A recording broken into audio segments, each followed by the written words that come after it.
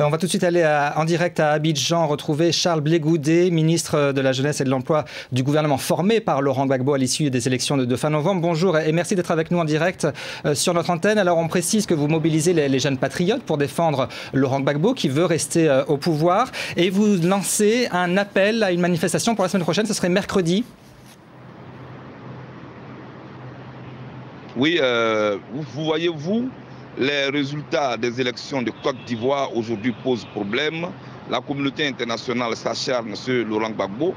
Alors pour nous, en Côte d'Ivoire, les élections ont eu lieu et les résultats n'ont pas été prononcés dans le délai, ont été même prononcés dans un hôtel de la place qui se trouve être le QG de M. Alassane Dramane Ouattara et hors délai, parce qu'en Côte d'Ivoire, 72 heures après les élections, quand le président de la commission électorale n'a pas pu prononcer les résultats des élections, le pouvoir revient au Conseil constitutionnel de le faire. Le seul fait même que les résultats aient été prononcés dans un hôtel qui se trouve être le QG de l'adversaire de Gbagbo Laurent, cela devait choquer.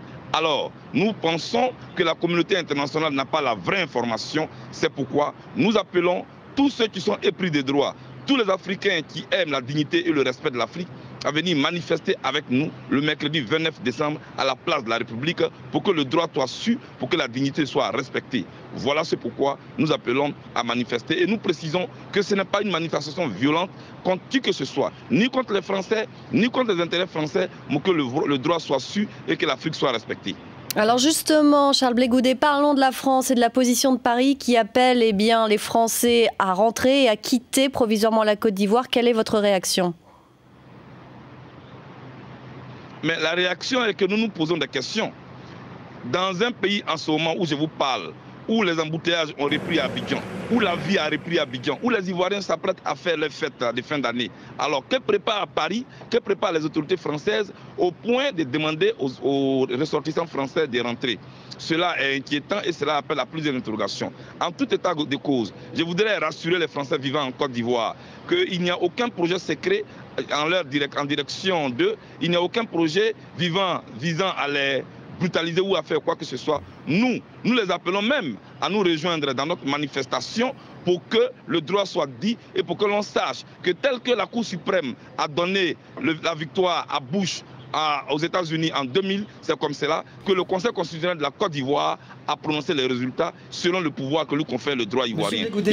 Monsieur Blé Goudé, vous parlez de droit. Alors si la France doit venir aider la Côte d'Ivoire, vous parlez de droit. Mais on s'interroge sur des violences. On s'interroge sur des violences en Côte d'Ivoire. D'après l'ONU, 173 personnes ont été tuées en 5 jours seulement, du 16 au 21 décembre. On parle de torture, on parle de mauvais traitements. Que répondez-vous à l'ONU ? Je voudrais donc dire à l'ONU que, voyez-vous, en France, quand les syndicats manifestent et que la police sort pour un service de maintien d'ordre, je ne crois pas que les manifestants viennent avec des kalachnikovs. Quand les militants de l'opposition tirent à balles réelles sur la police ivoirienne avec des kalachnikovs, quand ils incendient un immeuble et calcinent des forces de l'ordre et de sécurité, l'ONU devait pouvoir parler de cela. Je souhaite que l'ONU évite d'être une organisation qui colporte des rumeurs et que l'ONU s'attienne aux faits. Les faits, c'est qu'en Côte d'Ivoire, les militants de M. Alassane Dramane Ouattara sont armés dans la rue et ont décidé de mener une guérilla urbaine. C'est cela qui se passe en Côte d'Ivoire. Comme M. Guillaume Soro, depuis 2002, a pris les armes, c'est ce qui continue encore. Ce que nous souhaitons, c'est que l'on évite de grossir des chiffres pour rien, pour alarmer le monde entier, alors qu'il y a encore la possibilité que la Côte d'Ivoire sorte pacifiquement de cette crise. Merci Charles Blé Goudé, donc en direct sur BFM TV. Donc vous représentez le camp Laurent Gbagbo. On rappelle que Alassane Ouattara est lui toujours dans l'hôtel du Golfe. Lui aussi se dit président de la Côte d'Ivoire.